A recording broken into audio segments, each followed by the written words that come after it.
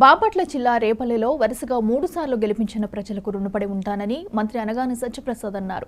తన సాయశక్తుల అభివృద్ధి చేస్తానని తెలిపారు. చంద్రబాబు నాయుడు విజన్, పవన్ కళ్యాణ్ ఆలోచన, మోడీ అండతో రాష్ట్రాన్ని పూర్తిగా అభివృద్ధి చేస్తామని ధీమా వ్యక్తం చేశారు. మా కుటుంబ సభ్యులైనటువంటి రేపల్లె నియోజకవర్గ ప్రజలందరినీ కూడా నిన్న ఇవాళ కలుసుకోవడం, ఎందుకంటే అద్భుతమైన గెలుపు హ్యాట్రిక్ గా మూడోసారి మన జరిగిన ఎన్నికల్లో 40,000 పైచిలకు మెజార్టీ ఇచ్చి నన్ను అఖండ మెజార్టీతో గెలిపేయటం. దానికంటే ముందు 2019లో రాష్ట్రం అంతా ఓడిపోయినప్పటికీ కూడా 23 సీట్లు తెలిసి వచ్చినప్పుడు కూడా మంచి మెజార్టీతో ఆ రోజు గెలిపేయటం, నా మీద నమ్మకం పెట్టడం. తప్పకుండా తెలుగుదేశం పార్టీ మళ్ళా ఆయాంలోకి వస్తుంది, ప్రభుత్వంలోకి వస్తే తప్పకుండా ఈ ప్రాంత అభివృద్ధి మళ్ళా ఏదైతే కుంటపడిందో 2019లో అది మళ్ళా పునర్నిర్మాణం చేయగలం, మళ్ళా ముందుకు తీసుకెళ్లే లక్ష్యంతో ఎప్పుడు నా వెంటే ఉంటూ ఎప్పుడు కూడా ఈ ప్రాంత అభివృద్ధి కోసం, ఈ ప్రాంతంలో ఉన్నటువంటి ప్రజల శ్రేయస్సు కోసం ఉన్నటువంటి మా తెలుగుదేశం కార్యకర్తలకు కూడా ప్రత్యేకంగా నా యొక్క కృతజ్ఞతలు అభినందనలు తెలియజేసుకుంటా ఉన్నాను.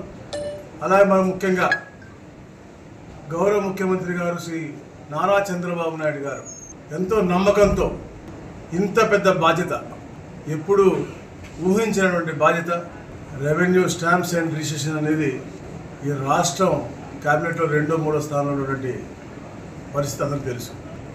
ఈ రాష్ట్రంలో ఎన్నో రెవెన్యూ పాలసీస్ మారటం, మెడ్రాస్ రిజీమ్ ఉన్నప్పుడు, ఇక్కడ తెలంగాణ ప్రాంతంలో నిజాం పరిపాలన ఉన్నప్పుడు, ఇంటిగ్రేషన్ ఆఫ్ స్టేట్ అయినప్పుడు పాలసీలు మార్పు, దాని తర్వాత 73 ROR యాక్టు, దాని తర్వాత ముఖ్యంగా 2014 బైఫరికేషన్ యాక్టు, ఇవన్నీ కూడా సక్రమంగా అమలు చేయాలనే లక్ష్యంతోనే ప్రభుత్వాలు పనిచేశాయి.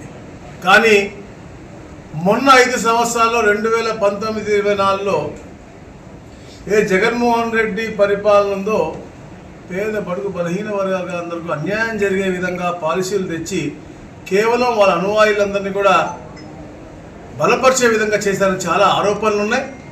వాటిపైన తప్పకుండా అధ్యయనం చేసి పాలసీలు మార్పుకి కారణం, అమలు తీరు, ఇవన్నీ కూడా ఆఫీసర్స్తో కూడా ఈరోజు మధ్యాహ్నం 3ంటికి కూడా మీటింగ్ పెట్టుకోవడం జరిగింది. తప్పకుండా అధ్యయనం చేసి ఏదైతే పేదల హక్కు పూర్తిగా వారికి కల్పించే విధంగా ఈ ప్రభుత్వం ముందుకు పోతుంది.